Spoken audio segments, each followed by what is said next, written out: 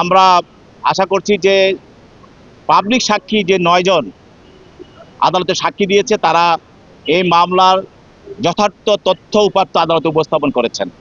এই মামলাটি কি জনগণের আকাঙ্ক্ষা এবং এটা একটা বিচার সুষ্ঠু এবং সিদ্ধান্ত দৃষ্টান্তমূলক যেন একটা বিচার হয় সেই দিকে সর্বমহল সরকার সহ সর্বমহলও এই ব্যাপারে সহযোগিতা করেছে। আপনারা জানেন যে এই মামলায় ইতিমধ্যে সাক্ষ্য গ্রহণ করা হয়েছে, সাক্ষ্য গ্রহণ করা হয়েছে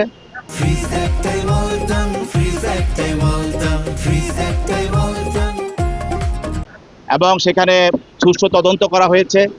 তদন্তকারী কর্মকর্তা এই মামলার নতুন আইনের যে বিধান আছে, নারী শিশু নির্যাতন দমন আইনের যে বিধান আছে সেই বিধান অনুসারেই এটাকে তদন্ত করে একটা রিপোর্ট আদালতে দাখিল করা হয়েছে এবং তার গঠন করা হয়েছে। পরবর্তীতে সাক্ষীদেরকে সমন দেওয়া হয়েছে।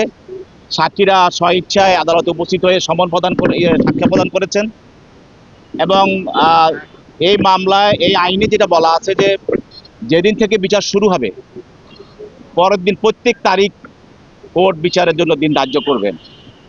এই ধরনের একটা আইন আছে আমাদের এই আইনে এইভাবে বলা আছে। সেই হিসাবে বিজ্ঞ আদালত প্রতিদিন এই তারিখ ধার্য করে মামলাটা এগিয়ে নিয়ে যাচ্ছেন এবং সেই অনুসারে সাক্ষ্য গ্রহণ করেছেন। আজকে তিনি 342 কার্য সম্পন্ন করেছেন এবং আগামীকাল মামলাটির যুক্তিতর্ক শুনানির জন্য দিন ধার্য করেছেন। আমরা আশা করছি যে পাবলিক সাক্ষী যে ৯ জন আদালতে সাক্ষী দিয়েছে তারা এই মামলার যথার্থ তথ্য উপাত্ত আদালতে উপস্থাপন করেছেন।